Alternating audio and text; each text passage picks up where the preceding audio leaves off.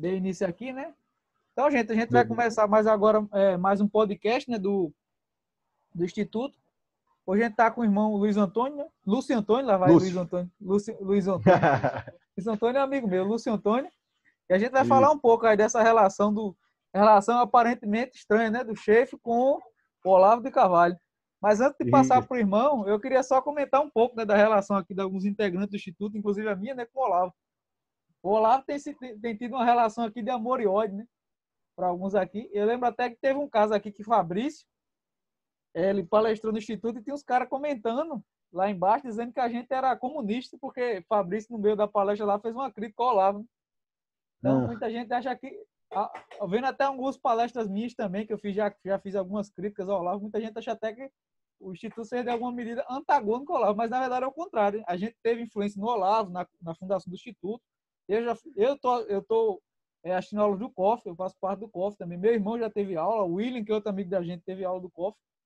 Então, a gente tem Legal. uma relação aqui que a gente conhece boa parte da obra do Olavo, e a gente acha que ela é relevante. Eu até falei uma vez para um aluno meu, você pode achar o Olavo um gênio maligno, mas negar a sua importância intelectual no Brasil não tem como.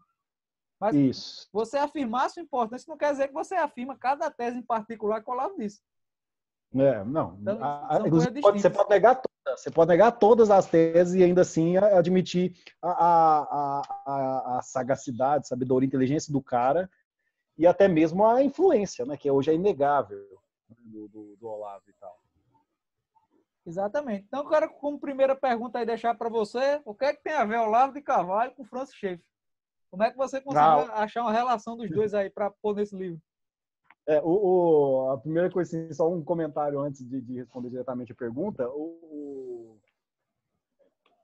Assim, o livro agradou gregos e troianos e desagradou gregos e troianos também, né? Porque eu tinha duas frentes assim a enfrentar. Uma galera schaefferiana, purista, bastante antagônica ao Olavo, então não admitindo de maneira alguma que eu tenha misturado os dois. Falou, o que é isso? Schaeffer tem uma pureza demais, não pode ser misturado com o Olavo, não.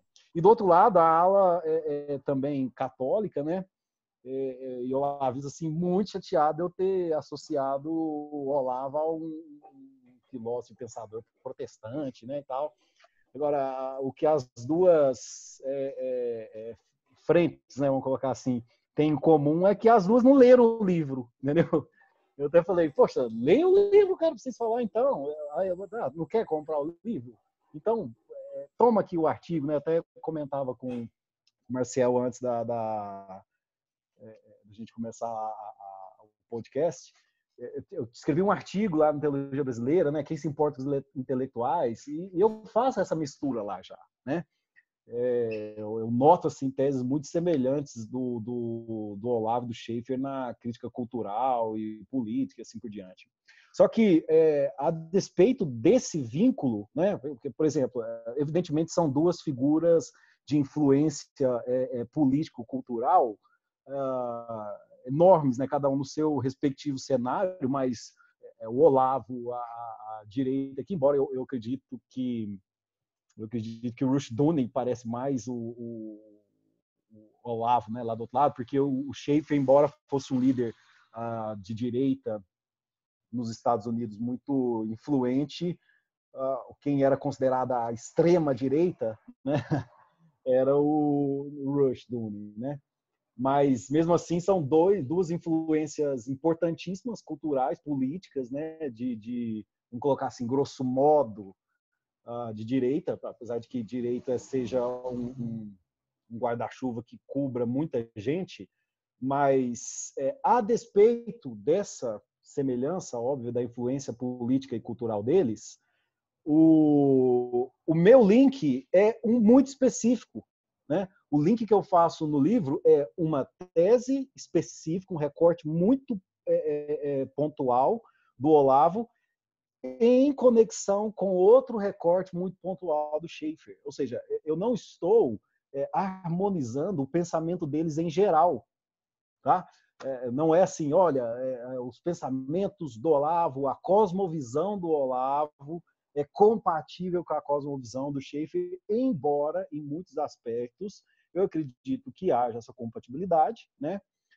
evidentemente, mas não é a proposta minha do livro discutir essa compatibilidade, né? Então, isso tem que ficar bastante claro. Eu coloco isso já na introdução, né? Eu falo, olha, quem lê o livro vai entender, assim, lá para o capítulo 8, né, exatamente, na verdade, vai entender a conexão do que eu quis dizer por levar o Olavo ao Labri. É claro que o título, o subtítulo particularmente, eu admito que dê a entender, de alguma maneira, uma conexão mais ampla entre o pensamento dos dois. Mas não é essa a ideia, né? A introdução lá que eu vou falar, olha, é um gracejo, o que eu quero dizer é o seguinte, eu peguei a ideia de paralaxe cognitiva do Olavo, né? E vou levá-la até um aspecto no meio como é que é? O Deus que intervém, né, em português. Então tem uma parte no meio do Deus que intervém que ele propõe uma ideia lá assim, mas ela não é tão desenvolvida assim, na minha opinião, né? Tanto que no Morte da Razão o enfoque é mais uma parte anterior, a parte cultural. Então, assim, eu falei, poxa, esse aspecto aqui do Schaeffer pode ser bem trabalhado. E aí eu percebi uma conexão com essa outra tese, né, do Olavo de Carvalho. Falei, olha, uma tese parece se comunicar, se complementar, né, à outra. E aí a ideia é justamente essa, né? Metade do livro eu estou defendendo a paralaxe cognitiva, explicando e defendendo a paralaxe cognitiva, e depois eu mostro como ela serve a uma proposta específica apologética do Schaeffer, né? Então, acho que é isso. A conexão que eu fiz entre os dois é bem pontual, é quase que retórica né, da forma como eu coloquei, mas as conexões mais amplas que eu faço entre eles estão, inclusive, em outros escritos, particularmente o que já está publicado é esse do artigo lá da Teologia Brasileira. Perfeito. Então, vamos clarificar mais o negócio aí, né? Eu tenho, na verdade, duas perguntas agora, né, para complementar. Uma mais de caráter pessoal, né? Eu queria saber se o livro chegou até o Olavo. E a segunda eu queria que você elucidasse melhor para a gente a ideia, né, de paralaxe cognitivo. Para o pessoal aí que não sabe que é essa teoria do Olavo, se você pudesse elucidar sim. melhor para a gente o que é a paralaxe cognitiva e a primeira, né, se chegou no Olavo, né? Seu Tá. livro, Olha, cara, eu tenho alguns amigos, né, que fizeram ou fazem o COF, e a gente tentou até onde eu sei, eu posso conversar com o pessoal da editora, né, o Diego Cândido, que é o cara que tá mais a par dessa questão aí. Até onde eu sei, não chegou, né? Mas ele viu o livro. Então, na época da divulgação, alguns alunos do COF, assim, que eu tenho no meu Facebook, acabaram mostrando para ele. Ele falou, olha, que legal. Eu falei, que legal, cara, podia ler. Agora, eu não sei, eu acho que não chegou, né? Mas a gente está tentando mandar para ele. Acho que seria legal se ele desse uma olhada, né? Não sei se ele vai gostar. Eu acho que sim, sabe? Eu acho que sim. Eu faço uma nota já, evidentemente, no começo falo. Eu fiz essa mesma nota lá no artigo que eu mencionei, do Quem se importa com os intelectuais, né? Mas a nota é basicamente eu sou um pastor, né? Assim, protestante reformado e tal. É evidente que eu guardo diferenças gritantes com o Olavo de Carvalho, não obstante eu reconheço toda a competência e assim por diante. Então eu acho que não chegou, né? Vamos ver se chega, né? Quem sabe a gente, por meio desse podcast aqui, mas a gente força um pouquinho mais a barra para chegar. Agora, vamos fazer a campanha. Olavo, lê o livro do Lúcio. Isso, é uma hashtag, vamos fazer né? hashtag no Twitter. Isso, vamos ver. Mas quanto à segunda pergunta, então, já entrando nos métodos, é o seguinte: eu mostro isso aqui, que o fenômeno não foi percebido, né?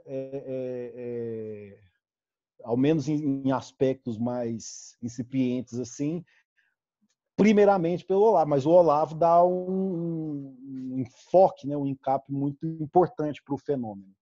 Então, a paralaxe é um fenômeno, tá? Psicológico, né? Psicocognitivo, que diz respeito, né, nas palavras clássicas, né, do Olavo, que é um deslocamento, né, do eixo teórico e do eixo prático. Então, o que é isso? Parece, e quando a gente fala assim, as pessoas associam de maneira muito simplista, né, simplesmente a pessoa não fazer o que fala e coisas desse tipo, mas não é tão simples assim. A paralaxe é o fenômeno de a teoria do indivíduo contrastar com suas crenças reais. E aí, eu até mostro isso lá no Descartes, já prevendo isso já, né, numa porçãozinha muito curtinha e normalmente negligenciada do discurso do método, mas existe uma diferença entre o que o cara acredita de fato, e essas crenças de fato se manifestam na prática, e o que ele acredita que acredita. Então, essa é a questão, né?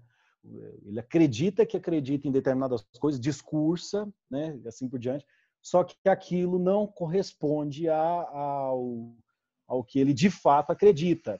E aqui tem uma distinção que tem que ser feita, que é o indivíduo professante de uma determinada doutrina, né, ou de uma determinada cosmovisão, o discurso teórico, que não acredita de fato, e a grande virada, né, que eu aplico lá no Schaeffer, é que o Schaeffer, nenhuma teoria não cristã pode de fato ser vivida porque ela se contrasta com a realidade, né? Então, qualquer descrição teórica, qualquer modelo teórico não cristão, ele vai chocar-se contra a realidade. Então, basicamente, já estou antecipando aqui algumas coisas, mas para o Schaeffer, então, toda a cosmovisão não cristã está em franca paralaxe, né? Então, assim, usando outros termos e mais pesados e provocativos, seria como se todo não cristão, né, que suprime a verdade da existência de Deus, eu faço uma exegese no capítulo 13 de Romanos 1, mostrando o que é essa supressão do conhecimento de Deus, né, que é bastante importante para essa linha evangeliana e tudo mais, que eu sou bastante afeiçoado. Todo não cristão, né, portanto, ao admitir uma cosmovisão não cristã, ele está, de certa maneira, vivendo no mundo da lua. Ele está numa esquizofrenia, né? Então, o pecado vai levar a atividade intelectual à esquizofrenia, né? Ou, usando os termos do próprio livro, a paralaxe, inevitavelmente, né? A paralaxe é isso. Não sei se respondeu a contento aí, Marcelo. Tranquilo demais, ficou muito bom, esclarecedor. Agora, já avançando um pouco nisso na discussão, né? Então, tu acredita que o Schaeffer, ele percebeu esse mesmo problema, só que ele não tinha meio de expressão, seria isso? Ele não cunhou, não tinha o conceito, seria... Ele não cunhou esse termo, né, evidentemente, é uma sacada retórica muito bacana do Olavo, mas ele não só percebeu, ele afirma categoricamente, explicitamente, né, que todo não cristão, ele não é fiel aos seus pressupostos. Na medida em que ele é fiel, ele se choca contra a realidade. Então, normalmente, ele não é fiel, ele discursa, né, com bastante proeminência, de forma bastante elaborada e articulada. Ele discursa, teoricamente, mas na vida ele não vive aquilo, né? Então, o Schaeffer tem uma proposta de confrontar o cara com a vida e a realidade, né? Então, assim, a ideia de que aquele construto teórico, ele evidentemente se esbarra no fenômeno, né? No fenômeno do mundo. Então, por mais que você tente forçar a barra na interpretação do mundo com o prisma equivocado de uma cosmovisão, né, não cristã, mais cedo ou mais tarde você vai perceber algumas incongruências, né? Vai ter uma falha na Matrix, né? Basicamente. Então, você vai ver que esse modelo de observação da realidade é falso, e particularmente a própria vida do cara. Né? Qual que é o ponto? Você já está lá no Blaise Pascal, né? Que eu até mostro, inclusive, isso no livro. Eu tenho um capítulo para dar alguns exemplos, né, de autores usando, né, essa estratégia de denunciar paralaxe no indivíduo. Então, eu mostro o Pascal falando, olha, a natureza humana, inevitavelmente, tende a algumas crenças que não são compatíveis com outra visão, senão a visão de mundo cristã, né? Então, o indivíduo pode teorizar e falar um monte de coisa, né? E, pô, do ponto de vista teórico, dependendo dos pressupostos que você assume, você pode falar qualquer coisa. Só que na hora de viver a vida, ele vive admitindo os pressupostos da cosmovisão cristã, né? Então, a atividade dele, em geral, humana, admite os nossos pressupostos, e aí é hora de forçar a barra, né? Então, eu aproveito o tema da paralaxe para endossar, complementar essa teoria do Schaeffer, né? Então, o próprio William Edgar, que tem um comentário já traduzido em português sobre o Schaeffer, ele dá uma atenção muito restrita. Ele fala, né, desse aspecto, inclusive eu menciono no livro, ele fala esse aspecto que eu estou salientando e destacando no Schaeffer, mas não dá ênfase suficiente. Então, eu quis dar essa ênfase e complementar com as teses do Olavo sobre a paralaxe cognitiva, né? Então, você pega essa teoria do Schaeffer, que é o foco aqui, e engorda ela, né, com a paralaxe cognitiva. Então, basicamente, esse é o movimento que eu fiz, né? O livro inteiro, de 180 páginas, que mais ele tem por interesse a elucidação de um argumento do Schaeffer, né? É o seguinte, o que como usar esse argumento, né? Algumas refutações, então assim, tréplicas, né? Eu refuto algumas objeções clássicas. Por exemplo, o cara fala, você digita assim, Olavo, paralaxe cognitiva, você vai achar 1 milhão de blogs lá no Google do pessoal acusando isso aí de, isso não é nada mais, nada menos que um ad hominem, né? Ou ad hominem. Pô, cara, claro que não, né? Você leia o cara, né? Pra você perceber que não. Então, eu tenho um capítulo para explicar por que não é uma falácia ad hominem, né? Ad hominem, mas é ad hominem no sentido positivo. Então, eu explico isso aí, né? Mas você vê que vai girar em torno de quê? Desse argumento central do Schaeffer, elucidado e complementado pela paralaxe cognitiva do Olavo. Acho que eu fugi um pouquinho da sua pergunta, que era se o Schaeffer tinha notado isso. Ele nota o fenômeno, lógico, não dá o nome de paralaxe, mas há algumas pequenas diferenças assim entre os dois, mas que se complementam no final das contas. Perfeito. Então, só vamos para a gente seguir no bate-papo, né? Ver se eu estou Sim. compreendendo também direito. Eu lembro, assim, das minhas leituras do Olavo, né, sobre essa questão da paralaxe, também que eu já vi em aula. Algo que me parece, você pode me corrigir se eu estiver errado, né, quando sou especialista em paralaxe, mas algo que me parece, para o Olavo, a paralaxe é um fenômeno predominantemente moderno, né? Eu lembro até que ele fala que, no geral, os filósofos antigos, eles acertavam no geral e erravam no detalhe. Já na modernidade, você tem um fenômeno inverso. Eles erram no geral e acertam num detalhezinho ou outro. E para o Schaeffer, aí, pelo que você me falou, a paralaxe seria um fenômeno que ocorreria para todo não cristão, né? Sim. Seria essa aí a diferença central da visão dos dois? Perfeito. O ponto se não me falha a memória, o Olavo vai dar uma gênese no Guilherme de Ockham, né? Mas eu posso estar equivocado nisso aqui. Eu estou tentando me lembrar onde que ele localiza. Mas o Olavo percebe, e essa é uma questão verdadeira, né? Inclusive o livro-chave que eu uso é o Filosofia e seu Inverso, né? do Olavo. E naqueles 3 primeiros capítulos, né? 3 artigos, ele vai basicamente trabalhar esse conceito de que a filosofia antiga, em Platão e tudo mais, ela dizia respeito à vida, né? Então, eles refletiam para a vida.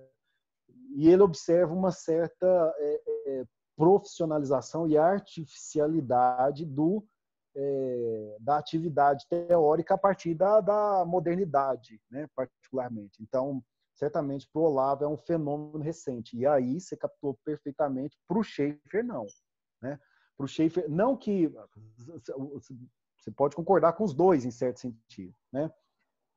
Certamente o filósofo, a filosofia antiga, ela refletia sobre as questões teóricas já vinculado indissociavelmente à prática, o que hoje é perfeitamente possível desassociar. Então o Olavo tem razão nisso aí, né? Ou seja, as pessoas lidam de maneira bem tranquila com isso. Inclusive, só uma nota aqui, eu tenho um capítulo que eu chamei assim de paralaxe admitida, né? Que parece até um oxímoro. Mas porque nesse capítulo, o capítulo 6, a coisa ficou tão gritante, a diferença ficou tão gritante que a coisa já está mais desavergonhada. Né? Então, assim, as pessoas trabalham conceitualmente, teoricamente, e vivem de maneira gritantemente contraditória, que você fala, poxa, não é possível que a pessoa não percebe o contraste. Né? O Olavo menciona os professores que ele fala da uma PUC lá, acho que era do Rio Grande do Sul ou de São Paulo, é aquele tomou nota, né, conhecimento. E ele fala, os professores lá, ateu, não existe nada disso e tal. Aí o cara faz o quê depois? Ele vai consultar um pai de santo, ele tem medo de assombração, né? E assim por diante. Você fala, que é isso, cara? Não é possível que esses caras não exemplo, percebem. Lúcio, eu não sei se tu chegaste a ler quando estava preparando o livro, mas tem um do Imbecil Coletivo, que eu lá, é um artigo chamado Ciência das Galinhas Pretas. Chegaste a ler esse artigo? Pronto, nesse artigo aí o Olavo trata justamente disso, né? Que os caras rejeitam qualquer religião tradicional, né? O cristianismo, etc. Aí começa a cultuar o xamanismo, macumbaria, voodoo. Caraca, perfeito. É bem que tu falaste perfeito. aí. E aí, agora para o Schaeffer não. Para o Schaeffer é o seguinte, mesmo esses caras, a teoria deles não pode ser levada às últimas consequências. Por quê? Porque se Deus criou o mundo, né? O Deus da Bíblia criou o mundo e revelou para nós, né, o conhecimento sobre ele, sobre o mundo, o conhecimento sobre o mundo, não no sentido de conhecimento científico stricto sensu, né? Mas esse conhecimento dos pressupostos, né, fundamentais do mundo e tal. Ou seja, se a gente tem a revelação da Escritura como o fundamento da cosmovisão, esse é o espelho correto pelo qual nós enxergamos a realidade. Qualquer alternativa, né, e é claro que as alternativas são sempre graduais, né, uma alternativa absolutamente oposta à cosmovisão cristã é impossível. Por quê? Por exemplo, a cosmovisão cristã fala que existe algo, né? Então, vamos começar assim, uma cosmovisão absolutamente oposta diria que não existe nada, né? O que já nem faz sentido por definição. Por causa do problema do Parmênides e tudo mais, uma frase, não existe nada, não faz sentido. Então, seja como for, na medida em que as cosmovisões se opõem à cosmovisão cristã, ela se opõe à realidade, porque a cosmovisão cristã é o óculos para enxergar no termo do Schaeffer aqui, a verdade verdadeira, né? Parece uma brincadeira de criança, mas é isso, né? Porque você tem as verdades associadas às respectivas cosmovisões, né? Que é a verdade condicional ao si dos pressupostos fundamentais, né? Então, se essa cosmovisão for verdadeira, esse aqui que é uma verdade que está devidamente vinculada, né, aos pressupostos, seria uma verdade. Mas a verdade verdadeira é a verdade devidamente vinculada, né, racionalmente aos pressupostos da cosmovisão que for verdadeira. Então, sendo esse o caso, toda atividade teórica, no final das contas, poderia ser colocada em xeque, toda atividade não cristã, né, teórica, pode ser colocada em xeque e se forçar, né, essa é a tese do Schaeffer, se você forçar, você vai ver que a pessoa vive de tal maneira que contradiz aquilo que ela presume assumir teoricamente. Né? Então, o Schaeffer coloca como fenômeno universal, né? E eu mostro lá que essa supressão, da verdade, é o que realmente a escritura ensina, enquanto que o Olavo percebe mais como um deslocamento cultural da contemporaneidade, né? Principalmente pós-escolástica. Embora seja, deve ser dito, o Olavo não é um tomista, né? Daquele sentido assim de que rejeita toda atividade não tomista, né? E assim por diante. Mas ele entende, dá a impressão, por isso que eu estou fazendo essa ressalva, de que pouco ali depois do Tomás, né, e daqueles escolásticos menores, a coisa desandou e assim por diante. O que não significa, portanto, que só é bom até ali, né? O Olavo lançou o livro agora do Husserl, ele admite, né, bastante da filosofia contemporânea, muitos filósofos contemporâneos, né? Esclareci? Sim, sim, tem muita coisa aí pra gente comentar. Só complementando o que você está falando, né? Ele exalta muito o Thomas Reid, o Xavier Zubiri, o Mário Ferreira dos Santos, são todos filósofos que são filósofos. Contemporâneos, né? Exatamente. Então, ele tem uma série de filósofos. Aí uma coisa não exclui a outra, né? Mas ele está falando É. mais aí de uma tendência geral, né? Está falando que Sim, sim. necessariamente cada filósofo em particular se encaixaria nisso, né? É, Sim. um Perfeito. exemplo assim que eu queria que tu comentasse, que é um exemplo que eu vejo o Olavo sempre citando quando fala essa questão da paralaxe cognitiva, e é um filósofo que é, digamos assim, é o funil, né? Porque todo mundo passa na modernidade, que é o Kant. O Vantil também, inclusive, comenta dele no livro dele, tanto no Pastor Reformado, e se minha memória não falha, porque eu já li a apologética cristã dele há muito tempo, ele também fala, e como tu falaste que é vantiliano, né? Acho que tu Sim. já deve saber esses dois livros de cor, né? Mas Sim. justamente eu queria saber disso, né? No caso do Kant, né? O Kant seria um exemplo muito forte dessa questão da paralaxe cognitiva. Se sim, como é que isso é manifestado nas ações dele? Como é que você veria isso, né?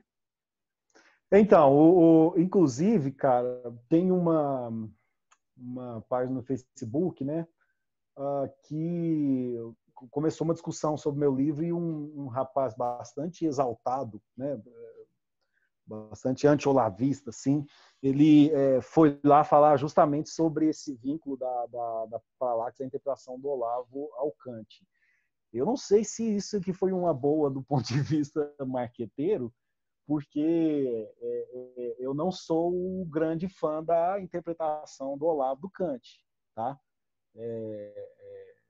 Eu acho que nisso aí ele e outros tomistas, né, e coisas nesse sentido, eles acabam se equivocando. Eu gosto bastante do Olavo, gosto do Ratzel, por exemplo, e na época do embate, embora tenha muito mais a ser dito, né, do que me parece ter sido erro de cada lado, o Ratzel fez uns artigos muito bons, né, mostrando uma crítica refinada, assim, acho que respeitosa e refinada, né?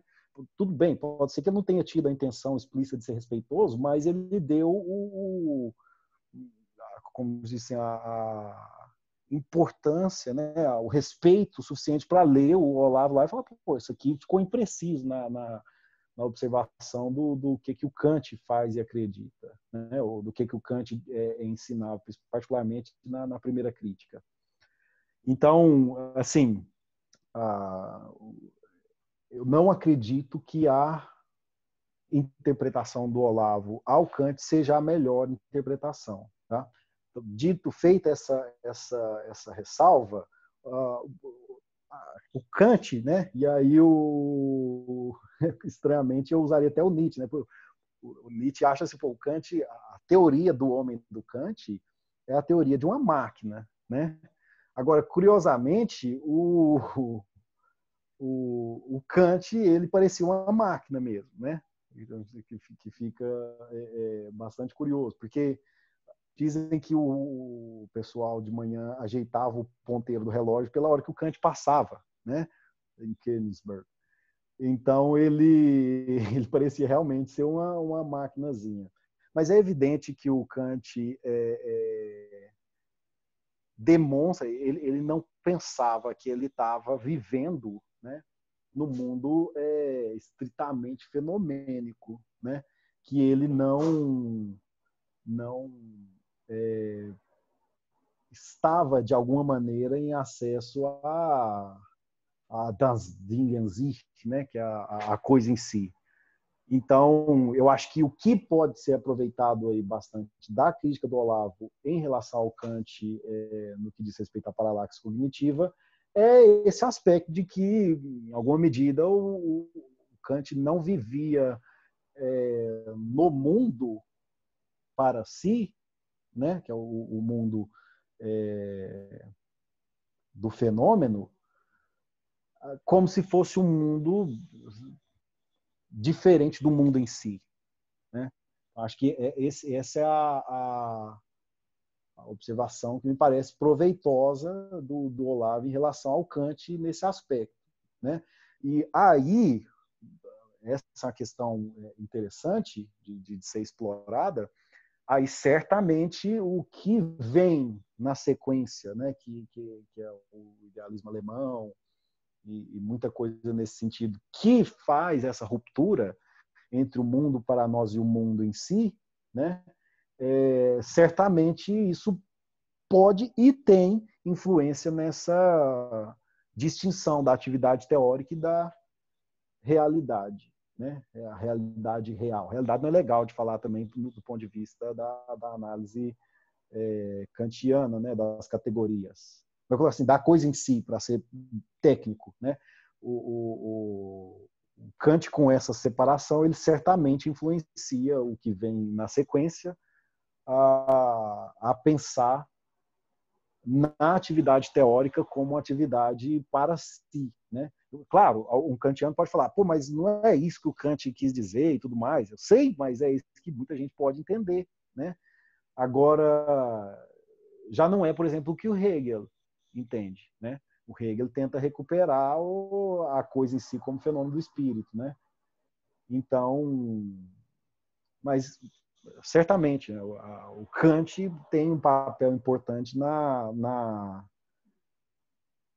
influência, né, do fenômeno da paralaxe. E ele, particularmente, certamente vivia em paralaxe, porque ele certamente, quando fechava o livro, quando cessava a atividade consciente, voluntariamente consciente de teorização, ele vivia num mundo tal como todo mundo, né? Ele não vivia no mundo acreditando, não, isso aqui é meramente fenômeno, né? O tempo é uma categoria, que é uma forma de categoria não, né? Uma forma de apreensão dada pela mente, né? Pelas capacidades da mente, o espaço também, mesma coisa. Então, não, ele certamente vivia acreditando nisso como coisa em si, né? Acho que é isso. Fenomenal. Agora eu quero colocar você no meio de uma polêmica aí, né? Em relação ao Schaeffer, né? Porque geralmente a crítica que eu vejo do Schaeffer, principalmente vindo de Tom Misch, né? Nosso último podcast, não sei se você assistiu, estava com o Tom Misch, né? O Instituto aqui é democrático. A gente entrevista escrituralista, tomista, Vantiliano, todo mundo tem espaço aqui. Vantiliano.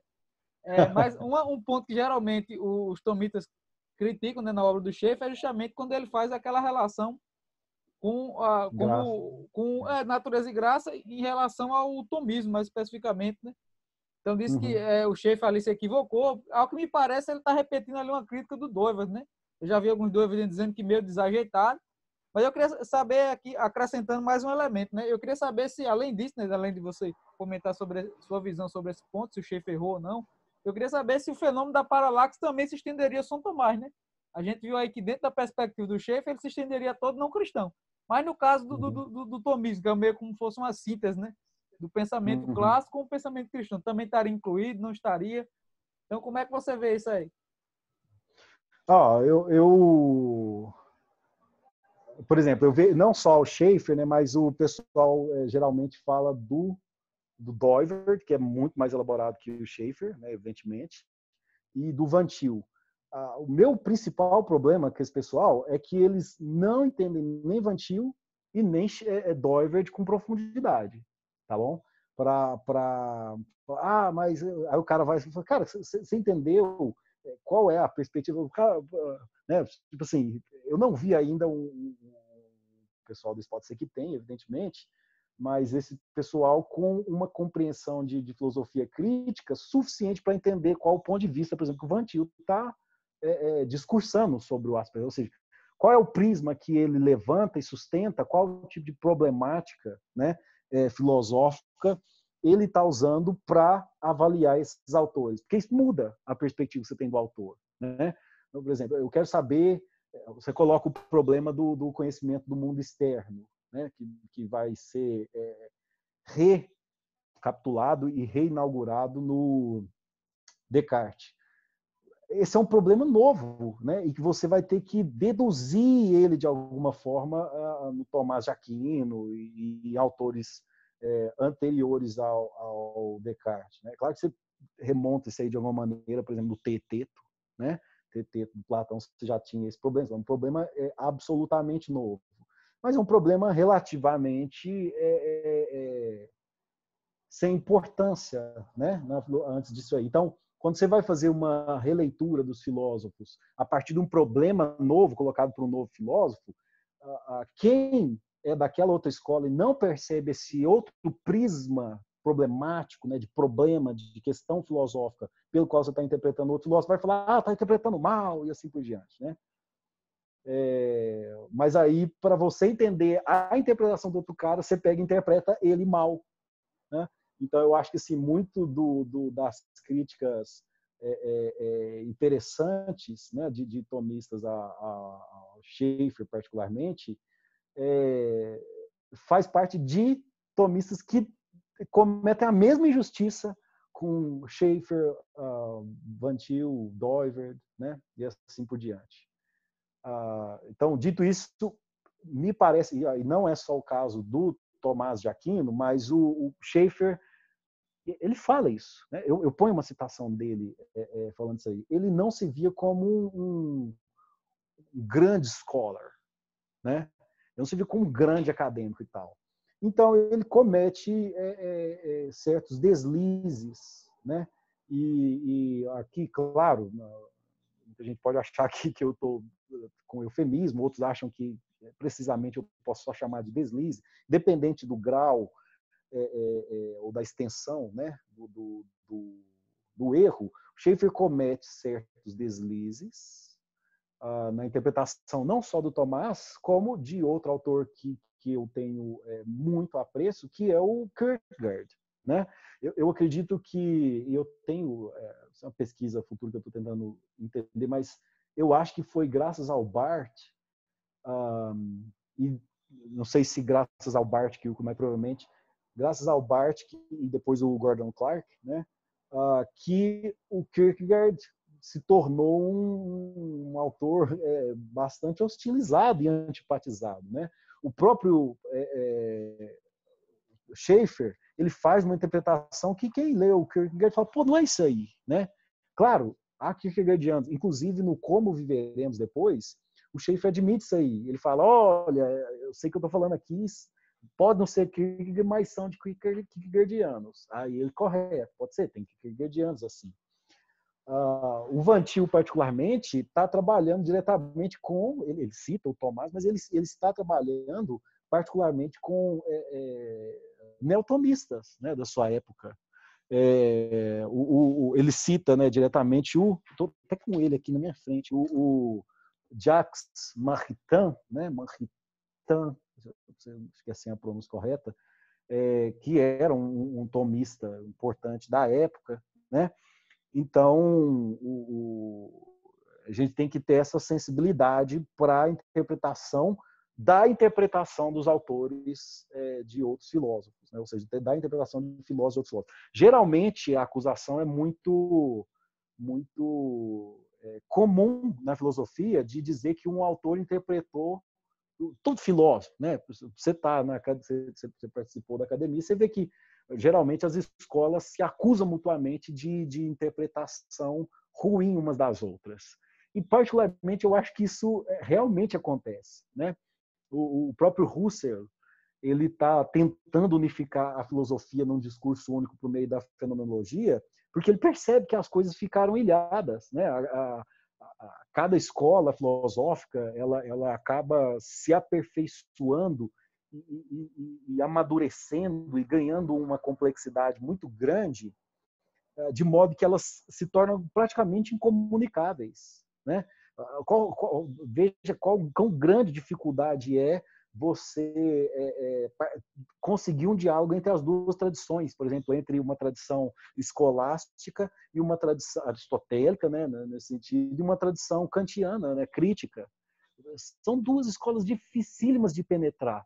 Quando você consegue manejar bem uma delas, geralmente, quando você vai para outra, você comete os erros que a outra, que maneja bem aquela mesma, comete em relação à sua. Vide, como a gente acabou de observar, o Olavo de Carvalho em relação ao Kant. Né? Embora o Olavo tenha conhecimento do Fichte, Schelling, Hegel, há imprecisões técnicas. Quem que percebe as imprecisões? Quem é técnico, especialista. Se você não tem uma leitura muito especialista, né, ou bastante técnica do Kant, você não vai perceber o erro que o Olavo comete, né? Porque, em geral, a leitura está boa. Em geral, ele não é um bobo, né, em Kant, evidentemente. Tem bastante conhecimento. Você vê que ele leu o negócio. Mas ele comete erros que você comete. Você vai lá tentar, aliás, é uma coisa bastante desestimuladora, mas vai lá tentar ler a Crítica da Razão Pura, e você vai ter algumas noções gerais, depois de muito labutar, orar, chorar bastante, é bastante difícil. Mas depois, quando você for falar sobre, você vai perceber que pessoas que já leram estão mais tempo, né, debruçadas sobre a primeira crítica, vão perceber que você cometeu imprecisões, certo? Então, eu acho que é justo quando, olha, isso aqui não é muito bem, o Tomás de Aquino e tudo mais, e papapá. Ok, cara, isso não desmerece necessariamente o Schaeffer, porque ele está numa outra escola, levantando outros problemas, e não faz diferença, tá? Não faz diferença para a crítica do Schaeffer, ou seja, para a teoria geral do Schaeffer, particularmente para essa teoria que eu estou trabalhando, se a interpretação dele é boa ou não. Eu vou falar mais. Eu comentava com um amigo meu, bastante fã do Craig, né? E eu comentando com esse pessoal, ou até mesmo com os tomistas, assim, o que eles têm de substancial para rejeitar, por exemplo, o pressuposicionalismo em geral, principalmente o Vantiliano, que é idealista, né, no sentido de idealismo alemão e tal, o TAG, né, Transcendental Argument for God, do Vantil. E aí, normalmente, eles falam, Kant é o idiota. Aí, o que tem lá no Kant? Vamos ver. Aí, normalmente, eles vão para algum aspecto da dialética transcendental, né? E refuta um aspecto da dialética transcendental. Qual diferença isso faz, cara? Quem leu a crítica sabe que, beleza, pode ser que numa antinomia lá, o Kant não foi muito preciso, escolher um exemplo inapropriado e tal. Se resolver, ela não muda nada dos problemas da estética transcendental, né, estética no sentido da primeira crítica, não muda nada. Isso aqui está ficando bastante também, às vezes, abstrato, técnico, não sei. Mas não muda nada da analítica transcendental, né? E a forma de dedução transcendental, não muda nada. Aí outros observam assim, ele como é que fala? Nominalista. Ok, pode ser, mas qual diferença esse nominalismo vai fazer para o estatuto epistemológico e até ontológico do tempo e do espaço na estética transcendental? Nenhum, né? Se você pegar e mostrar que ele é um nominalista e que isso é uma porcaria, não faz diferença. Se você mostrar que uma determinada crítica lá no final na dialética transcendental não procede, uma determinada contradição não procede, não muda, né, no final das contas. Então, mesmo que tivesse essas imprecisões pontuais, elas são, do ponto de vista da análise do essencial do pensamento do autor, acidentais, são erros acidentais. Então, eu acho que esse é um equívoco se proceder, e aí, é claro, sendo fiel ao que eu acabei de dizer, né, coerente, eu precisaria de estudos muito mais rígidos e avançados em Tomás de Aquino para falar sobre isso, o que eu não tenho a menor pretensão por enquanto, né? Talvez, não sei. Mas eu não tenho realmente atenção. Aí agora a grande questão é o segundo ponto. Se essa primeira questão ficou suficientemente esclarecida, eu gostaria de ir para o segundo ponto, que é falar se há ou não paralaxe no Tomás de Aquino. Antes disso, eu Só gostaria do seu queria feedback. comentar, complementando, dizendo que é isso. Até por uma razão até prática, né? Você só tem uma vida, então não dá para você contemplar todas as escolas filosóficas de forma detalhada, Não né? dá. É uma Não coisa que o dá. Olavo fala no COF, eu acho que é verdade. A gente também não tem que ficar preso demais a isso, não. Porque a gente fica tão preso a ser fiel aos filósofos que a gente esquece de estudar a realidade, né? Sim, Então, sim, se sim. preocupar ser tão fiel. É um problema que você vê na academia. Né? Os caras querem ser tão analíticos e fiéis à interpretação do que Kant disse que eles esquecem de analisar a realidade a partir dos ferramentais que Kant deu. Sim, A gente tem que eu tomar até... esse cuidado, né? Então, só para finalizar, então eu acho que é importante sim, a gente tem que estudar o filósofo, fazer exegese, ser cuidadoso, mas a gente sabe que também tem certos limites, né? A gente também tem que ser purista demais, ao ponto de qualquer errinho na obra do cara desmerecer a totalidade do trabalho dele. Isso aí é uma completa Exato, idiotice. exato. Eu acho infantilidade, né? E me parece mais uma tentativa do ponto de vista assim, psicológico, de colocação de si mesmo, né? Porque tipo assim, errou na interpretação do meu autor favorito. Com isso dá ares de entender que, portanto, meu autor favorito está todo correto e esse crítico está todo errado, né? Não, peraí, cara, peraí, né? Alto lá, você vai ter que lidar com isso. Eu tô com receio e um pouco instigado, por exemplo, para falar sobre essa controvérsia, para mostrar, por exemplo, eu fiz uma argumentação esses dias com alguns amigos, né, tomistas, sobre a suposta refutação, né, que eles dão ao Kant em geral, que é a refutação usada pelo Norman Geisler. Enfim, né, o pessoal em geral usa uma refutação que é achar que existe uma petitio principii, né, no argumento do Kant e tal, que é uma completa besteira. Né? Qualquer estudante de Kant vai observar que as coisas, o buraco é muito mais embaixo. Né? Eu não sei se cabe levantar essa questão aqui. Aí, se achar por bem, eu faço, senão eu vou à questão do Tomás e a paralaxe propriamente dita. Por mim tá O que tranquilo, você me aí diz? fica a seu critério, né? Se você quiser pontuar, mas acredito que já foi suficientemente esclarecedor o ponto que você levantou. Mas se quiser, já que a gente gosta da polêmica aqui, pode levantar. Levanta aí para depois o moído ser grande aí. Depois se prepara para os tomistas ir lá no seu perfil. Sim, realmente. Mas Pode botar lenha na fogueira aí. Aqui a gente não liga, não. Basicamente é o seguinte, o argumento é eu lembro da primeira vez que eu me deparei com ele, foi naquele Não Tenho Fé Suficiente para Ser Ateu do Norman Geisler. Né? Eu comecei como apologista clássico e tudo mais, Craig, Geisler, Sproul. E aí o Kant falando assim que, nossa, o professor estava explicando Kant, e aí eu peguei e fiz uma refutação muito simples e o cara me mandou embora e deu toda aquela problemática. Qual que é a refutação? Inclusive não vou mencionar os nomes, né, que eu acho que fica indelicado. Mas o Geyser pode até faleceu e mora, ainda que ele tivesse vivo, tá muito distante, certamente não ouviria esse podcast. Vai que ele levanta da Mas tumba aí, né? E vou estar até aparecendo o OVNI agora, né? Vai que o gás volta aí para falar no teu perfil. Ou vai vir um fake, né, do Geyser. Mas a refutação dele era basicamente que para falar que nós não podemos conhecer a realidade, né, que não, nós temos que saber o que não é. Então, assim, se você falar que não é isso, você tem que saber o que é isso, propriamente dito. O Ronald Nash meio que usa isso aí para, de alguma maneira, fazer uma crítica à linguagem análoga, né, em prol da ideia da linguagem unívoca. Que é bem na linha lá mais do Clarke, né? Que eu também não quero entrar nessa outra aí, senão eu vou ficar aqui só de polêmica, eu vou ganhar a ira de todos os segmentos do pensamento cristão. Pode ser O que noutra vos fala é o ocasião. Clarkiano também. Então vamos desligar aqui. Brincadeira. Pode ficar à vontade aqui. Na último podcast tem umas críticas, claro, que inclusive eu concordava que a gente é de boa. Depois, inclusive, a gente pode fazer um podcast justamente comentando sobre a controvérsia Clark-Van Til, né?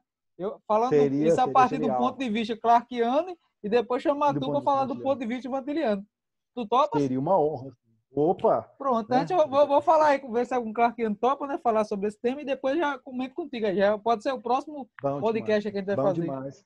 Eu converso, tinha até se esse amigo meu for ver o coisa, eu vou recomendar pelo Ivan, que é um clarkiano roxo, né? E a gente, poxa, já trocamos bastante farpa. Teve uma última vez que eu fui lá para São Paulo, tá? Eu, ele e o Lucas, outro amigo nosso lá, e a gente ficou, mas a gente ficou a tarde inteira na discussão.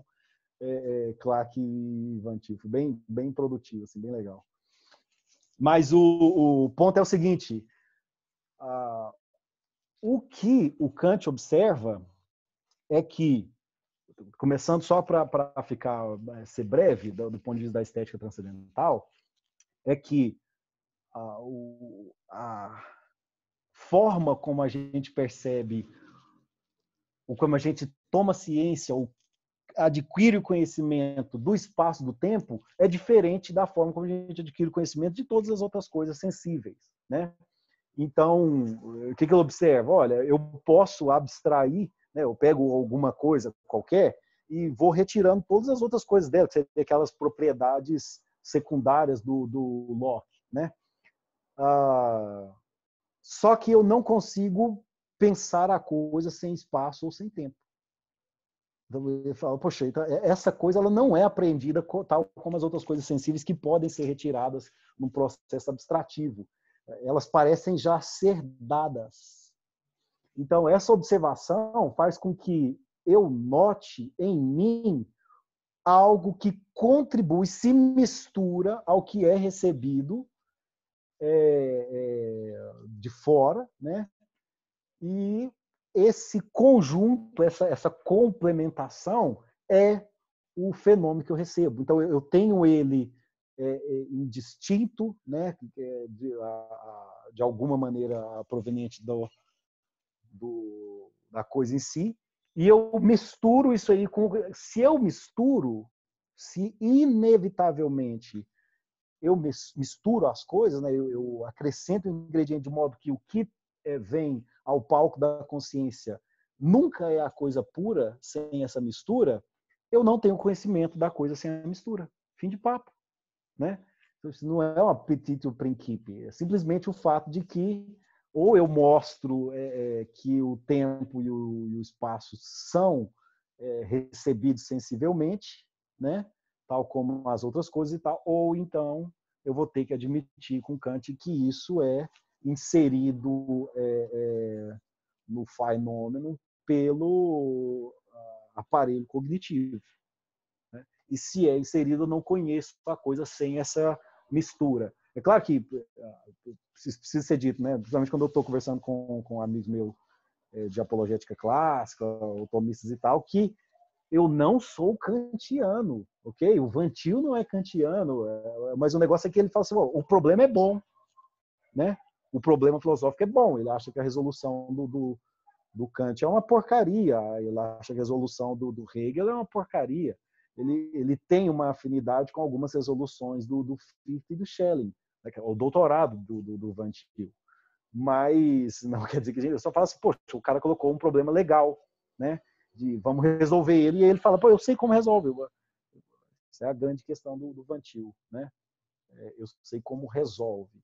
E então a boa parte da crítica dele ao Tomás e assim por diante é que eles não lidam de maneira transcendental com a coisa e acabam sustentando um tipo de racionalismo, né? Mas o segundo ponto era então, para não me delongar mais nisso aqui, o segundo ponto era a questão do Tomás e a paralaxe. Ainda que o Tomás não tivesse ou não tenha feito essa distinção de natureza e graça, o ponto seria do Tomás viver em paralaxe seria o fato dele ser católico. E aí eu preciso fazer uma um adendo que eu não explorei, né, de maneira mais robusta no livro, até porque ficaria bastante extensa, né, a discussão, e eu acho que perderia o foco do livro, que era elucidar esse argumento do Schaeffer. Mas quando a gente fala de cosmovisão cristã, existem graus de pureza dessa cosmovisão cristã. Na medida que a cosmovisão cristã não é efetivamente cristã, ou seja, que ela guarda aspectos que escapam a uma visão legitimamente, inteiramente bíblica, ela também se choca com a realidade, né? Então, qualquer tipo de pressuposto e tal que encontra uma diferença, né, com a perspectiva bíblica da realidade, ainda que seja da parte de um cristão, não é legitimamente cristão enquanto nós considerarmos como cristão o que é estritamente bíblico, né? E aí, nesse aspecto aqui, eu sou bastante agostiniano. Acho que o Agostinho propõe isso no Credo Intelligam de maneira genial, né? Então, onde que o Tomás encontraria a sua paralaxe e tal? Na medida em que ele é católico, né? O Schaeffer é isso. Na medida em que ele é católico, ele se distancia não inteiramente, evidentemente, o católico acredita em trindade, divindade de Cristo, criação do mundo por Deus, né? E vários outros aspectos comuns na cosmovisão cristã. Mas, entre outros tantos aspectos, ele perde, né, a linha, perde o foco. E um dos aspectos para o Schaeffer é certamente essa não admissão dos pressupostos bíblicos como fundamento da atividade teórica, né? Em alguma medida, é o Intelligo ut Credam, né, do Tomás de Aquino, que é distinto do Credo ut Intelligam. Eu estou com medo aqui, Marcelo, mais uma vez, de estar ampliando bastante o assunto, porque isso que eu acabei de mencionar, por exemplo, merece uma consideração mais extensa aí. Então, eu acho assim, se você for pegar estritamente olhando para o Schaeffer, né, tentando ser aqui mais prático e me ater à questão, se a crítica dele, a distinção entre natureza e graça, não é precisa, então a identificação dele da paralaxe no Tomás fica comprometida. O que não quer dizer que o Tomás não esteja ou não tenha em absoluto paralaxe, né? Acho que assim fica mais direto possível que eu consigo. Muito bom. Esse papo já me rendeu várias ideias. Você vai ser nosso parceiro vantiliano aí. Eu pensei já em duas aí pra gente fazer, né, no mínimo. Eu tô pensando, já combinei com um amigo meu, Clarkiano, pra gente fazer uma videoobra de Clark, que já tô tentando fazer há um tempo. Eu ia fazer até com um amigo meu, John, só que por alguns problemas dele pessoais não deu, né? Mas eu vou fazer Legal. Com outro amigo dele. Aí eu quero fazer com você um de Vantil, né? A gente fazer um videoobra de Vantil e depois a gente colocar você no boi de fogo lá da controvérsia de Clark Vantil. Você vai defender a parte vantiliana. Se eu conseguir... Vista vantiliano, né? Essa controvérsia aí. Sim. Se vocês não conseguirem nenhum cara melhor, tô aí. Não, mas você já tá sendo ótimo com você. Já tá escalado já. Não vem nem desculpa não, que não, um cara melhor não era disso, não. Isso é você mesmo. Assim, por mais que eu gosto bastante do Vantil, mas quem sou eu, né, na fila do pão? Tem muito cara bom aí. É verdade, mas isso aí é besteira. Eu também que sou no fila do pão, mas já falei várias vezes de Clark, né? Então é normal. Não, sim, pô, o povo, quanto mais famoso, é mais inacessível, né? Tem esse detalhe também. Exato. Tem muito compromisso, tem realmente, etc. Tem isso mesmo. Quanto mais calor na fama, prazer, mais a gente vai fazer isso. Então, já caminhando por fim aí, né? Quero, em primeiro lugar, agradecer a você de novo a paciência. Já fiz esse convite aí para os próximos, né? A gente vai só acertar as datas depois. Mas eu quero agradecer aí, você dizer que foi um prazer e gostei muito, foi sensacional as suas explanações. E queria finalizar você fazendo aí um merchandising do seu livro e recomendando mais algum material, né, para quem quiser se aprofundar nessa questão aí, tanto da paralaxe cognitiva, como na questão da obra do Schaeffer, né? Por onde o cara que quer ler Schaeffer, faria. e etc. Perfeito. Ó, é o seguinte, eu não sei fazer merchandising, não compre meu livro. Eu acredito, honestamente, assim, de todo coração, que o livro contribui para a discussão, tá? Que ele tem o valor de mostrar que esses autores não precisam ser ignorados por nenhum dos lados, né? Ou seja, que um olavista pode falar, poxa, esse Schaeffer é até interessante, e um Schaefferiano pode falar, pô, esse Olavo não é de se jogar fora, né? Então, eu acho que esse é um dos objetivos, né, que eu tinha com a questão. Também uma dívida que eu tenho com o Olavo, como você mesmo falou, assim, eu li bastante, né? Eu tenho um tempo assim, mas eu li bastante livros do Olavo e teve essa influência. Mas o livro, particularmente, na minha opinião, avança essa discussão, né? Claro que, poxa, quem sou eu para falar que essa discussão já não foi trabalhada com mais primor e tal. Certamente não usando o Olavo de Carvalho, né? Eu vou reivindicar essa originalidade. Mas eu acredito que avança essa pesquisa. Então, quem gosta do Schaeffer vai ver no livro um destaque para um aspecto do pensamento do Schaeffer muito legal. Eu tenho uma parte do livro que eu vou recomendar justamente dar conselhos para como ser um apologista, né, eu chamo apologista schaefferiano, que é o capítulo 11. Então eu faço uma série de recomendações lá, né, porque particularmente você tem que conhecer a cosmovisão cristã e aplicá-la em geral. Então, a primeira coisa que eu falo é, poxa, adquira boas teologias sistemáticas, boas leituras bíblicas, exegéticas, adquira um conhecimento geral da dogmática cristã. E eu recomendo uma série de autores, além do próprio Schaeffer, né, para trabalhar os vários aspectos da realidade do ponto de vista da cosmovisão cristã. Eu indico o Kuyper, eu indico o Douglas Wilson, Rushdoony, né, que são autores muito abrangentes, né, muito abrangentes, assim, enciclopédicos, né, de certa maneira, para trabalhar a cosmovisão cristã aplicada a vários setores, né? E, bom, o meu próprio livro pode incitar a isso. É um método, tá? Então, um método de apologética específico. É claro que não é meu, é do Schaeffer, né? Eu usei o Olavo e a boa parte da minha pesquisa posterior, se não toda, é basicamente eu aplicando, fazendo várias aplicações desse método, desse livro aqui, né? Inclusive o que eu estou trabalhando agora no meu próximo livro é justamente esse, né?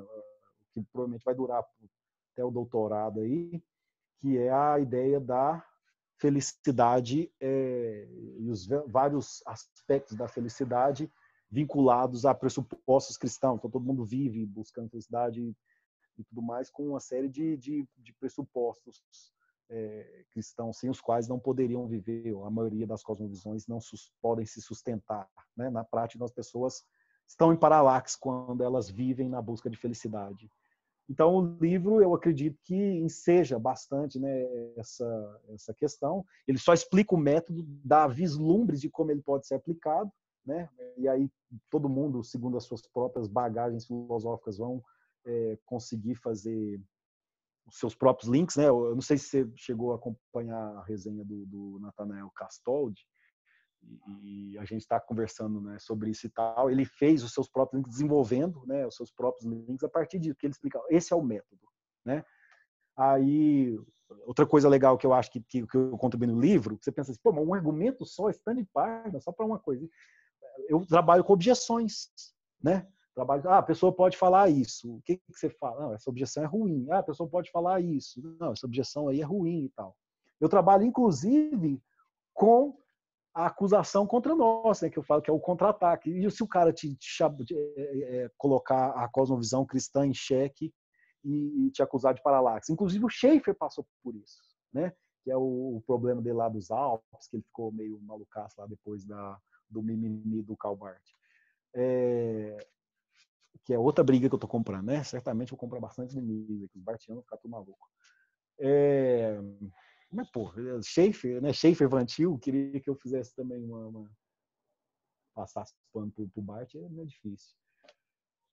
Então, assim, eu acho que o livro contribui, então seria legal, né, de ler. Eu acredito que eu consegui, né, se eu fui bem sucedido, eu acredito que eu consegui dar um passo aí, né, no avanço dos estudos, né, da apologética cristã, e com toda a humildade, né, não tô achando aí que eu fiz um super avanço e tudo mais, mas eu acho que é uma pequena contribuição, singela contribuição para a gente avançar o pensamento aí do Schaeffer, da apologética cristã em geral. Deu certo?